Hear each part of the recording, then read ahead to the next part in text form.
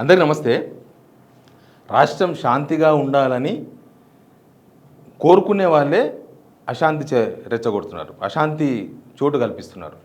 కేంద్ర హోంశాఖ సహాయ మంత్రి బండి సంజయ్, ఇక మన రేవంత్ రెడ్డి హోం మంత్రి, ఇక రెండు దొందే అనమాట.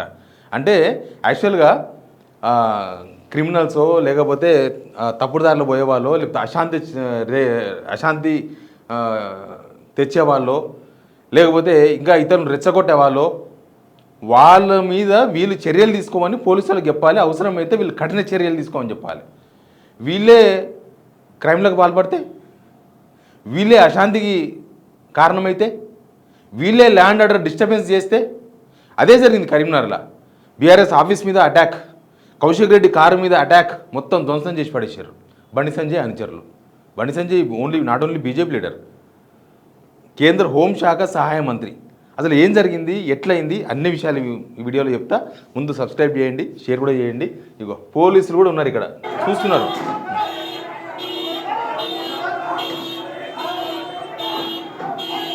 మొత్తం పలగొట్టేసింది ఎక్కడదక్కడ, అద్దాలు గిద్దాలు అన్నీ.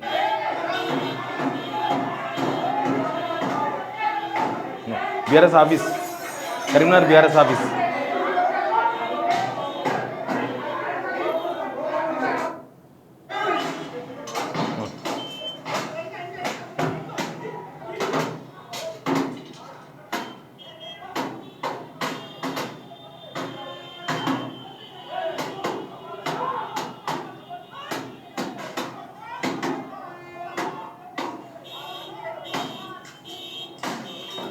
ఎట్లున్నది, నేను నిలబడి చూస్తున్నా చూడు, అట్లే ఉన్నది కదా. ఈ పోలీసు వాళ్ళు చూస్తున్నారు కూడా, ఇక ఒక్క పోలీస్ చేతిలో ఒక లాఠీ లేదు, ఏమీ లేవు, ఉత్త వచ్చి చూస్తున్నారు. ఏంటంటే వీళ్ళందరూ కేంద్ర హోంశాఖ సహాయ మంత్రి అనుచరులంట.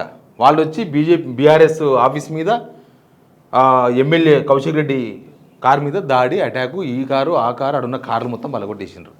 ఎవరికి చెప్పుకోవాలి, ఎవరికి చెప్పుకోవాలి?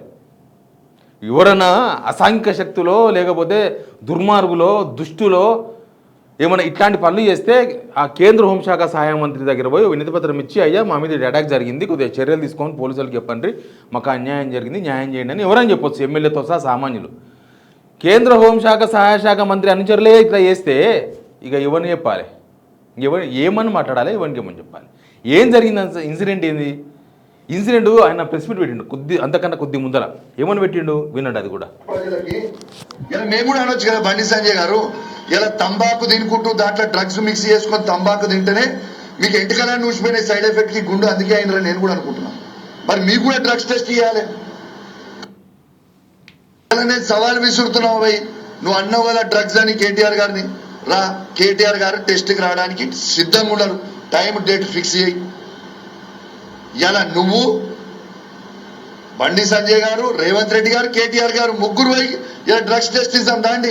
ఎవరు డ్రగ్స్ తీసుకున్నారో మేము మనకు తెలిసిపోతుంది కదా ప్రజలకి. అది ఏంది ఇన్సిడెంట్ అంటే, దీని ఇంకా కొద్దిగా బ్యాగ్ పోయే చెప్తాను నేను. మొన్న కేటీఆర్ ఆడికి పోయిండు, తెలుసు కదా, కరీంనగర్లో ఆ పిఎంజే జ్యువెలరీ మీద కాల్పులు జరిగినాయి, అదంతా జరిగింది కదా. ఆడ ప్రెస్ మీట్ పెట్టిండు, ప్రెస్ మీట్ పెట్టి మాట్లాడిండు. కేంద్ర హోంశాఖ సహాయ మంత్రి ఆఫీసుకు 1/2 కిలోమీటర్ దూరంలో ఉన్న ఈడనే ఇట్లాంటి పరిస్థితులు ఉంటాయి ఎట్లా? అసలు ఈ రాష్ట్ర హోంశాఖ మంత్రి ఏం చేస్తున్నాడు, ఈయన ఏం చేస్తున్నాడు, ఆయన ఏం చేస్తున్నాడు, ఇంకా సామాన్యులకు భద్రత ఎక్కడ ఉంది, ఏంది ఇది అని ఆయన మాట్లాడాడు. దాంతోపాటు 2 క్వశ్చన్ కూడా వేసిండు. బండి సంజయ్ ఎంతసేపటికి రేవంత్ రెడ్డిని వెనుకొసుకొచ్చే ప్రయత్నమో లేకపోతే రేవంత్ రెడ్డిని పల్లెత్తు మాట అనకుండా నడిపే రాజకీయమో తప్ప ఇంకా వేరే ఏం చేస్తలేడు. రేవంత్ రెడ్డికి కేంద్ర సహాయ శాఖ మంత్రి బండి సంజయ్కి మధ్య ఉన్న రిలేషన్ త్వరలో బయటపెట్టబోతున్నా, కాందిశీకుల భూమిలో ఇంకొక భూముల విషయంలోనో డిస్టర్బెన్స్ కాకూడదని రేవంత్ రెడ్డిని ఏమనలేకపోతుండు బండి సంజయ్, నేను త్వరలో బయటపెడతా అని బండి సంజయ్ మీద మాట్లాడాడు. దానికి రెచ్చిపోయాడు బండి సంజయ్. నువ్వు అసలు కేసీఆర్కే పుట్టినావా, అమ్మకే పుట్టినావా, అయ్యకే పుట్టినావా, పుడితే నువ్వు బయటపెట్టు.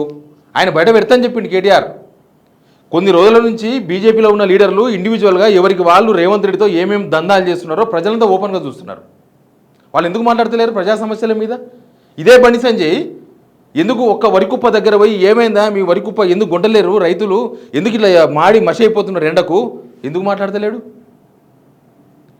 ఎందుకు రైతు భరోసా గురించి అడుగుతలేడు? ఎందుకు రుణమాఫీ గురించి మాట్లాడతలేరు? ఎందుకు మూసీ బాధితుల గురించి మాట్లాడతలేరు, హైదరాబాద్ గురించి మాట్లాడతలేరు, ఎందుకు మాట్లాడతలేరు? ఏంది రేవంత్ రెడ్డితో మీకున్న దందా ఏంది? నాట్ ఓన్లీ బండి సంజయ్, బీజేపీలో ఉన్న ఇండివిజువల్స్ అందరూ, ఒక్కొక్క ఎమ్మెల్యే, ఒక్కొక్క లీడర్, ఎవరికి వాళ్ళు రేవంత్ రెడ్డితో చీకటి రహస్య ఒప్పందాలు తప్పుతున్నది ఓపెన్గా కనిపిస్తుంది బయటికి. ప్రజలంతా మాట్లాడుకుంటున్నారు, వీళ్ళంతా కమిట్ అయిపోయి పనులు చేసుకుంటున్నారు, అందుకే ఏం మాట్లాడలేకపోతున్నారని. కేటీఆర్ బయట పెడతానన్నాడు, ఆయన బెడబెడిన దగ్గర ఆగాలి కదా. కేంద్ర హోంశాఖ సహాయ మంత్రి అయ్యుండి ఆ లాంగ్వేజ్ మాట్లాడాడు. కేటీఆర్ డ్రగ్స్ వాడుతున్నాడు, డ్రగ్ టెస్ట్కు రా అన్నాడు, దానికి కౌంటర్గా కౌశిక్ రెడ్డి మాట్లాడాడు. దాని కౌంటర్గా మాట్లాడాడు. అసలు ఈ డ్రగ్ టెస్ట్, మీరు తంబాకులో డ్రగ్స్ వాడి మీ నెత్తిన ఎంటికలను ఊడిపోయి బొడగుండా అయిందా? అసలు టెస్టుకు అందరం పోదాం, కేటీఆర్ వస్తాడు, రేవంత్ రెడ్డి రామను, నువ్వు కూడా రా, అందరం కలిసిపోయి టెస్టులు చేసుకుందాం. ఇప్పుడు ఒక మనిషి మందు తాగిపోతుండు అనుకో, రోడ్డు మీదంగా, ఆయన వచ్చి పోలీసులను కలిసి అన్న నేను మందు తాగినా, నాకు టెస్ట్ చేయాలంటే చేస్తారా? లేకపోతే పోతుంటే పోలీసులు పట్టుకొని టెస్ట్ చేస్తారా? కేటీఆర్కు డ్రగ్ టెస్ట్ చేయడానికి ఆయన పర్మిషన్ ఎందుకు? ఆయన ఇంటికి పోయి టెస్ట్ చేయొచ్చు, ఏమైనా పట్టుకొని టెస్ట్ చేయొచ్చు, అంతే ఉంటుందా? ఇప్పుడు వేరే వాళ్ళు ఎవరైనా డ్రగ్స్ తీసుకున్నారని అనుకో, పోలీసుల పక్కా సమాచారంతో అటాక్ చేసినట్టారు కదా, పోయి వాళ్ళ ఇంటి మీదకి పోయి టెస్ట్ చేసి అసలు ఇంటి ఏమైనా ఉందా లేదా వెతికి ఆయన ఫోన్ నెంబర్ తీసుకొని ఆయన ఫోన్లు చెక్ చేసి అసలు ఎక్కడి నుంచి ఇచ్చింది నాకు, ఆ డ్రగ్స్ ఎక్కడి నుంచి వచ్చింది తీసుకుంటారా? లేకపోతే ఆయననే ఫోన్ చేసి పోలీసు వాళ్ళకి, సార్ నేను మా ఇంటికాడ డ్రగ్స్ తీసుకున్నా, రావాలి సార్, మీరు వచ్చి టెస్ట్ చేయండి సార్ అంటే పోతారా?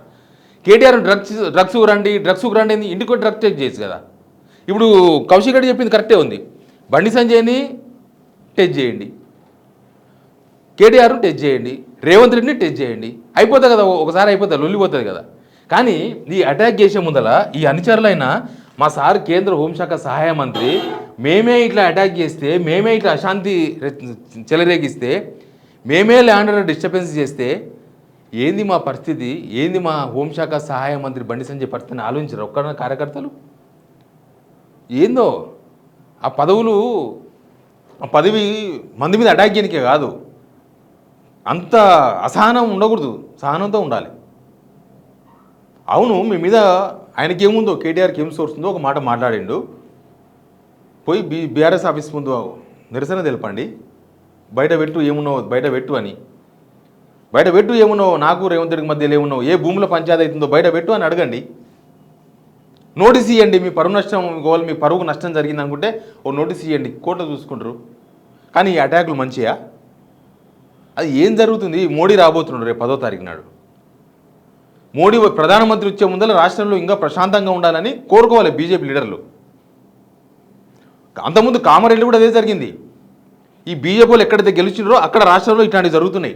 కామారెడ్డిలో బీజేపీ ఎమ్మెల్యే ఉన్నాడు, ఆ రోజు షబ్బీర్ అలీ ఏదో సవాల్ విసిరిందని చెప్పి కాంగ్రెస్ లీడర్ కారుని ఎత్తేసినారు, మొత్తం అవతలికి ఉల్టా పల్టా చేసినారు. ఇక కరీంనగర్ బీజేపీ ఎంపీ కేంద్ర హోంశాఖ సహాయ మంత్రి ఉన్నాడని చెప్పేసి ఇట్లాంటివి చేస్తున్నారు. అంటే వీళ్ళు ఏం సంకేతాలు ఇస్తున్నారు తెలంగాణ ప్రజలకు? వీళ్ళని గెలిపిస్తే ఇట్లాంటివి చూడాలా మనం? వీళ్ళని గెలిపిస్తే ఇంకా ఇట్లాంటి కథలు రోజు మనం సినిమాలు చూస్తున్నట్టు, సినిమాలు ఏదో హీరో కొట్టంగానే విలన్ పోయి కారు మీద పడితే కారు ఉల్టా పల్టాయి, అవి సినిమాలు చూస్తున్నాం, గట్లాంటివి వీళ్ళు చూడాలన్నా మనం తెలంగాణలో? మన తెలంగాణ పాలిటిక్స్ ఇట్లా జరుగుతాయి అసలు? ఏం వీళ్ళకి ఓటేసినందుకు ప్రజలు సిగ్గుపడాలన్నా, వీళ్ళకి ఓటేసినందుకు ప్రజలు దేంతో కొట్టుకోవాలని కూడా అర్థం కాని సిచ్యువేషన్. ఇంత రోషము బీజేపీ లీడర్లకు, ఎవరికైనా సరే, బండి సంజయ్, కిషన్ రెడ్డి, ఆయన ఈయన ఎవరని కావచ్చు, ఇంత రోషం తెలంగాణ మీద తిట్టినోడు ఉన్నాడు కదా పార్లమెంటులో, ఆ రోజు రాలే ఎందుకు